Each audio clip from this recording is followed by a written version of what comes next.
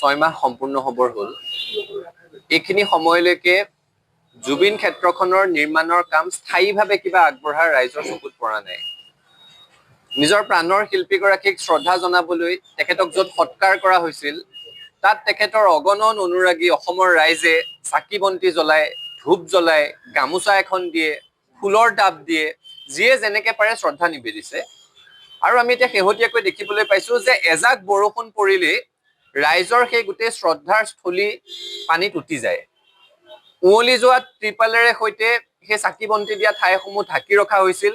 সেই ত্ৰিপালৰ পৰা পানী পৰিবলৈ আৰম্ভ কৰিছে আৰু পৰিৱেশ এনেকুৱা হৈছেগৈ যে জুবিন গাৰ্গৰ পৰিয়ালবৰ্গই নিজা উদ্যোগত তাত ত্ৰিপালেৰে সৈতে তম্বু তৰি ৰাইজৰ শ্ৰদ্ধাক আদৰ জনাব লগা হৈছে।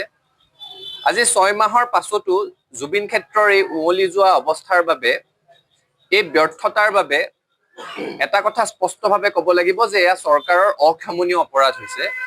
আৰু কোনো যুক্তিৰে সৈতে, কোনো অজুহাতেৰে সৈতে এই ব্যৰ্থতাক, এই অৱহেলাক ঢাকি ৰাখিব নোৱাৰি।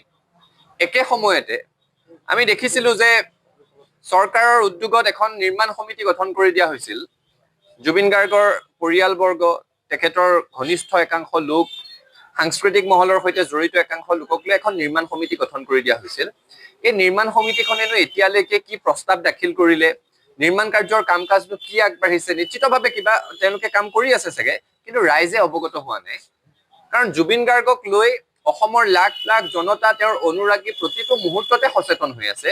নিৰ্মাণ সমিতিখনৰ কাম কাজনো কি আগবাঢ়িছে সেই কথাটো অলপ ৰাজহুৱা কৰিবৰ কাৰণে বিনম্ৰতাৰে সৈতে অনুৰোধ জনাইছো। একে সময়তে এতিয়া নিৰ্বাচনী অধিসূচনা জাৰি হৈ গ'ল।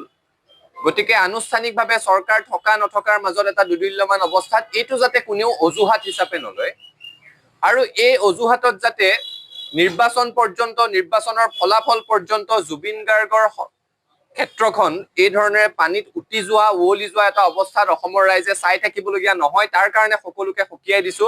আৰু চৰকাৰকো আহ্বান জনাইছো যে আপোনালোকে যদি নিৰ্মাণ সমিতিয়ে এতিয়ালৈকে স্থায়ী নিৰ্মাণৰ কাৰণে কোনো প্ৰস্তাৱ দাখিল কৰা নাই, তেতিয়াহ'লে অস্থায়ীভাৱে হ'লেও অন্ততঃ ৰাইজৰ শ্ৰদ্ধাৰ জেগাখিনি, আদৰৰ জেগাখিনি এই ধৰণে পানীত উৱলি যোৱা ব্যৱস্থাটোৰ পৰা মুক্ত কৰক, পৰিত্ৰাণ দিয়ক। আৰু এটা নিৰ্মাণ কাৰ্যৰে সৈতে বাৰিষাৰ বতৰটোত যাতে জুবিন গাৰ্গ ক্ষেত্ৰখনত কোনো ধৰণৰ অসুবিধা নোহোৱাকৈ ৰাইজে গৈ শ্ৰদ্ধা নিবেদিব পাৰে, সেই ব্যৱস্থাটো আপোনালোকে কৰি দিবৰ কাৰণে আহ্বান জনাইছো।